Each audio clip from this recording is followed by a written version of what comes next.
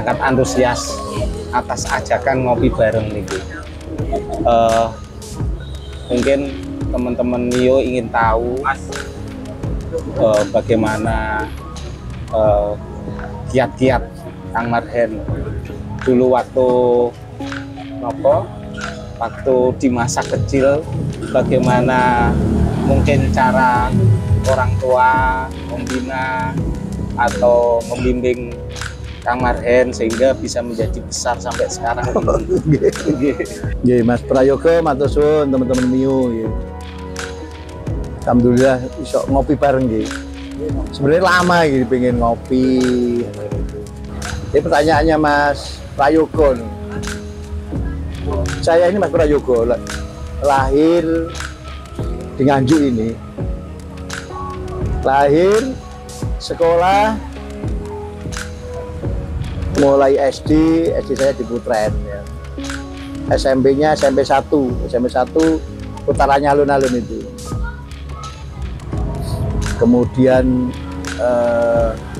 karena saya itu dari keluarga elit Mas, ekonomi sulit maksudnya ya. Sehingga nggak melanjutkan ke SMA tapi ke SPG. Cita-cita saya itu hanya pengen jadi guru SD sebenarnya, guru SD. Tapi ya tadi saya selalu cerita latar belakang saya biar saya juga mengingatkan diri saya sendiri bahwa saya itu dari keluarga tidak punya. Nah, sehingga apa? Ya harus tetap ada pasor untuk mengingatkan diri saya sendiri. Dan juga mungkin bisa jadi spirit ya, spirit orang lain ya, spirit orang lain, terutama anak muda biasanya Mas. Karena tatkala anak muda itu tatkala kondisi ekonominya orang tuanya itu gak ada Mas, biasanya wis lemes, wis patah semangat, wis gak duwe gairah ya, apa saja wis pokoknya yang tadi. Nah, itu makanya kiat-kiatnya bagaimana? Nah, kiat-kiatnya ya untuk para pemuda yang ada di Nganjuk ini. Yeah. Ya, kalau saya itu sederhana Mas rumusnya. Semua bisa dibeli kecuali apa? Satu, semangat ini. Ini yang saya selalu kan kobarkan pada diri saya sendiri. Terus pokoknya semangat. Nah, dulu kecil saya mungkin sekarang ini udah pernah sengsara ini tangan-tangannya itu enak-enak. Itu tangan saya itu ngapal-ngapal. Karena saya kecil ya ngarit, angon kambing, angon sapi, bukan punya sendiri tapi punyanya orang lain, sehingga ya derep misalnya itu bantu orang tua. Saya selalu katakan, saya punya keluarga, kakak saya itu 3 perempuan semua, nggak ada yang sekolah Mas, nggak ada yang sekolah, buta huruf semua, perempuan semuanya. Saya sendiri yang laki-laki sendiri berempat. Yeah. Kok jangankan untuk sekolah Mas, untuk makan saja keluarga saya susah. Zaman dahulu kala. Ya bukan dulu banget lah ya. Ya memang kondisi ekonomi orang tua ya tadi kerjanya pas-pasan, buruh, hingga ya kalau disuruh dapat duit, kalau enggak kan enggak dapat juga. Yeah, maka ya untuk anak muda-muda ini juga punya semangat. Sekarang mungkin tadi kondisi apapun misalnya sekarang begini, tapi jadi ke depan mungkin bisa tambah bagus ya, seperti yang saya alami nih. Saya kembali lagi sejak dulu pokoknya semangat tok di sini. Semangat. Nah, termasuk saya Nganjuk ini juga begitu. Saya ini orang Nganjuk asli. Nganjuk itu harus maju. Tapi caranya isok gitu. Sama seperti saya. Kecil saya juga itu. Saya harus sukses. Begitu dulu sejak kecil. Padahal gue modal yang saudara ya katakanlah saudara-saudara ya nggak ada yang mampu. Ibarat kalau orangnya nggak punya apa ya, channeling gitu, nggak punya referensi. Kalau bisa ada saudaranya yang kaya atau yang sukses ya biasanya bisa nunut. Saya nggak ada semuanya. Cuma alhamdulillah. Maka kita tuh mungkin teman-teman atau masyarakat kadang-kadang kita itu punya kelemahan saya itu punya kelebihan. Kelemahan saya itu bagaimana saya kelola dengan baik menjadi sebuah kekuatan, Mas. Nah ini mungkin tidak semua orang punya. Contoh tadi, saya anaknya orang tidak punya. Begitu lomba waktu itu siswa berprestasi, saya juara 1 dari Pemda, Mas. Saya itu alhamdulillah oleh Allah itu diparingi ya otak encer. Dulu saya mulai kelas 4, 5, 6 SD itu dapat beasiswa, Mas. Ya jadi alhamdulillah tahun 78, 79, 80-an itu. Nah, mungkin di Nganjuk mungkin saya tok sing masih ada itu bukti tanda terimanya tiap bulan beasiswa ke BRI. Itu masih di situ. Saksinya juga ada, kepala sekolah saya itu tiap bulan itu nganter saya ambil gaji atau uang saku atau uang apalah, uang itu dari pemerintah nilai itu. Nah itu karena waktu itu dikunjungi tim, kita itu ya nggak ngerti itu, di foto nih rumahnya kok elek, rumah saya itu gede, gitu loh di dalamnya tanahnya lantainya tanah gede, rapet ya nggak punya, ya kursi biasa turunin nang bayang, ya alhamdulillah. Begitu mungkin yakin mungkin ya waktu itu ya, saya juga kurang tahu. Akhirnya diputuskan saya dapat beasiswa itu ya. Maka itu akhirnya jadi pemicu saya, Mas. Kalau sumben jadi uang nih, saya munculkan yang namanya kartu Nganjuk Cerdas itu ya, ini beasiswa untuk anak-anak itu udah. Maka semangat itu yang saya berikan. Terus masuk ke SMP enggak punya duit, Mas. Terus masuk ke SMP tes, waktu itu masuk di SMP 1, alhamdulillah. Saya SMP 1 dulu, SMP favoritnya di Nganjuk, Mas. SMP 1 itu. Nah, tiap bulan saya juga dipanggil sama BP. Marhen, kantor, ke TU. Belum bayar. Tiap bulan dipanggil. Oh iya memang ya, tapi mungkin teman-teman saya sekolah mungkin harus ngerti ya. Ya Marhen, mau urus belum bayar di Marhen di sini. Makanya itu berangkat dari nol sampai sekarang bisa sukses dan pernah memimpin Nganjuk untuk Nganjuk bangkit. Tapi alhamdulillah kalau kita lihat pembangunan juga sudah mulai bisa dirasakan oleh masyarakat. Nah itu kiat-kiatnya untuk teman-teman Mio terutama, dan untuk anak-anak muda yang mungkin untuk menuju ke pendidikan yang lebih tinggi, mereka ada kekurangan, itu kiat-kiatnya bagaimana jenengan, dan mungkin nantinya kalau ke depan terutama di dunia pendidikan ini ke depan, pesan dan kesannya sebagai pemimpin yang akan datang untuk Nganjuk itu gimana terkait pendidikan terutama bagi mereka yang kurang mampu? Memang benar sih tadi, karena saya asli Nganjuk, kemudian dari latar belakang saya ya tadi yang saya sampaikan pada masyarakat, sehingga dan background saya kan sekarang kan juga masih jadi dosen, Mas. Background saya itu guru. Oh iya. Nah, dosen S2, di S3, di pasca sarjana. Karena backgroundnya dosen atau guru, ya. Saya juga mimpi saya yang sederhana daerah apapun, kondisi apapun, yang menjadi prioritas utama adalah membangun SDM yang berkualitas, Mas. Bagus. SDM itu iya. Saya pernah beberapa kali studi banding ya, Mas ya. Saya sebelum jadi wakil bupati, terus kemudian jadi bupati, itu saya konsultan, Mas. Sering keliling konsultan pemerintah daerah di Indonesia, Indonesia Timur itu beres saya sudah pernah semuanya. Tengah juga begitu, barat ya sebagian Sumatera yang belum banyak, kota-kota besar sudah. Termasuk juga saya di kampus waktu itu saya juga sebagai di asisten direktur di pasca sarjana studi banding ke salah satu diantaranya ke Singapura, Mas. Oh, Singapura juga begitu. Termasuk pernah ke Finlandia juga. Artinya apa? Pendidikan tiruah di Finlandia.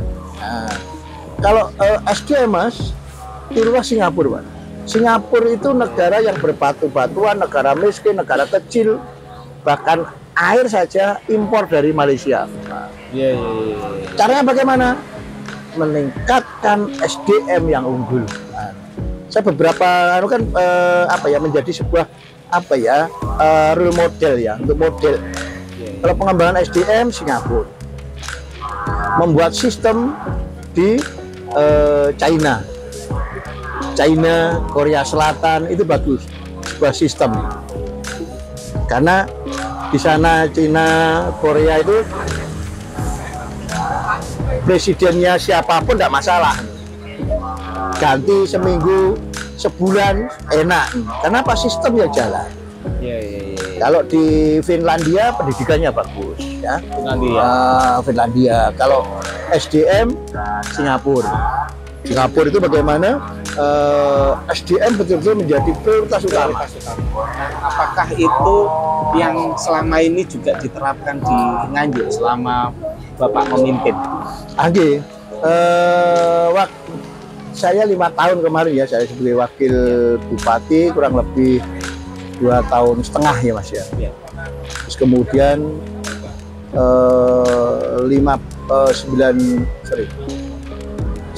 tahun 11 bulan PLT. Ya. Terus kemudian ya alhamdulillah jadi bupati 5 bulan. 5 bulan lebih 24 hari. Ya, memang yang paling utama apa ya, SDM itu. SDM apa yang harus kita kuati? Pendidikan, Mas. Model pengembangan SDM itu pendidikan harus bagus. Maka guru-guru harus bagus. Sarana prasarana harus bagus. Sistem harus bagus, sistem pendidikan. Yang paling penting yang nomor 4, Mas.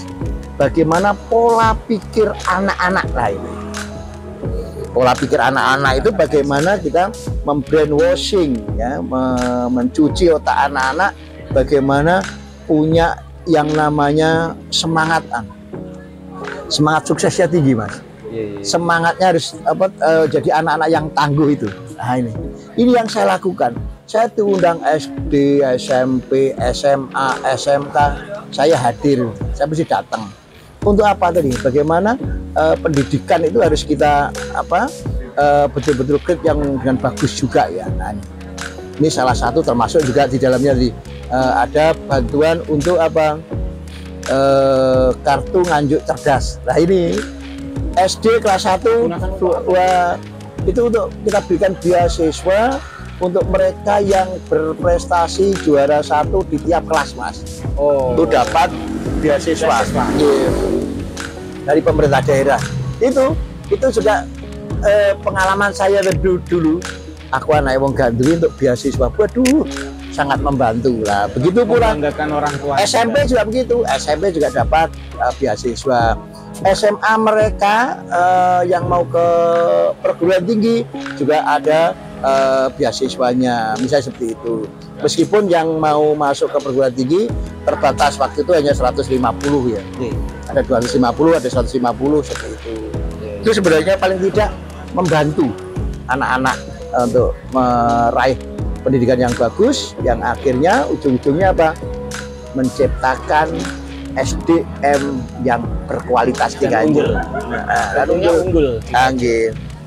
Dan mampu bersaing ya kan. Betul. Ini Pak. Terus ini mungkin bisa pertanyaan terakhir ya Pak. Bagaimana harapan ke depan di 2024 next selanjutnya untuk mungkin Bapak kan sudah memulai. Harapan ke depannya dari Bapak secara pribadi untuk pemimpin yang akan datang itu seperti apa harapannya, Pak? Iya. Mungkin ini terakhir Pak, pertanyaan terakhir. Nah, ini sebenarnya pertanyaan itu juga kepada masyarakat ya. Iya. Kira-kira seperti apa? Harapannya Harapan seperti apa? masyarakat. Ini kan sebagai masyarakat. Iya, iya. Iya. Artinya gini, memang buat doa restunya dulu Mas ya. Iya. Teman-teman media Mio ya, tergabung di Mio. Iya. Mohon doanya ya. Mohon doanya, insya Allah kalau Allah mengizinkan, karena saya itu percaya takdir Mas. Orang itu kalau sudah ada takdirnya, wis lah, siapapun tidak bisa. Maka istilah saya menjemput takdir, menjemput takdir. Insya Allah saya akan mencalonkan lagi di 2024. Untuk apa ya? Untuk keberlanjutan. PR saya waktu itu masih banyak, ya. Ada yang berhasil ini, alhamdulillah. Ini jadi kebanggaan. Waktu yang definitif sangat singkat. 5 bulan 24 hari ya. Sehingga bagaimana Nganjuk ada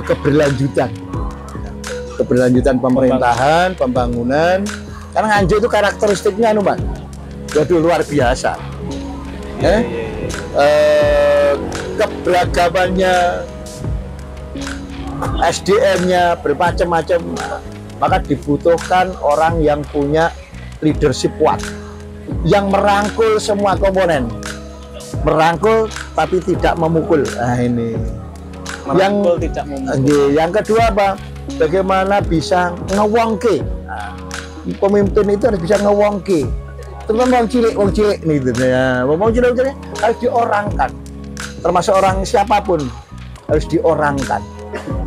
Yang ketiga diajak bersama-sama membangun. Bahwa Nganjuk itu tidak bisa hanya tergantung satu orang tok, bupati tok atau wakil bupati tok, tidak bisa, atau dua-duanya. Semua diajak diberdayakan, Insya Allah dengan semangat bangkit bersama-sama, Nganjuk akan dimaju lagi. Nah, ini contoh ini aja nih, ini kan bersama-sama kan. Tadi banyak diprotesi, kok jadi satu arah, dulu kan dua arah, wis begini begitu. Tapi kadang-kadang pemimpin juga harus punya prinsip ya.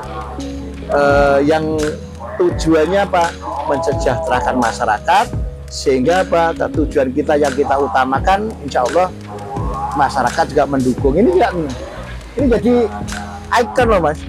Teman-teman saya yang dari arah misalnya Kediri, Blitar, Tulungagung, Galek lewat sini, bangga Nganjuk dulu orang itu. Ini kan menjadi sentral yang dilewati ya. Iya. Kemudian lihat mulai dari pojok sana sampai semua full kanan kiri, full. Perekonomian jalan. Ini Mas. Sehingga ya kalau pengen maju ya harus bersama-sama. Berpikir positif, semua berkolaborasi ya ini nih. Nah, saya senang Mio ini kan kompak. Kekompakan itu modal utama. Karena banyak sekali organisasi yang nggak kompak. Taruh koncone diri, podo jadi jegal-jegalan, podo ngelek-ngelekan. Berikutnya nggak boleh. Ayo bersama-sama. Rezeki orang sing ngatur jaringan. Iya. Itu Mas. Iya. Ya, mungkin itu semoga ke depan apa yang dicita-citakan, amin. Dari Mio ikut serta mendoakan amin. bisa sukses dan dilancarkan semuanya. Iya, amin. Terima kasih. Aja didukung Mas ya. Didukung juga. Oke. Didukung juga. Teman-teman siap itu. Mungkin nanti dari teman-teman ada yang pertanyaan dari teman-teman rekan-rekan Mio, mungkin bisa disambung nanti Pak Marhen. Ayo monggo.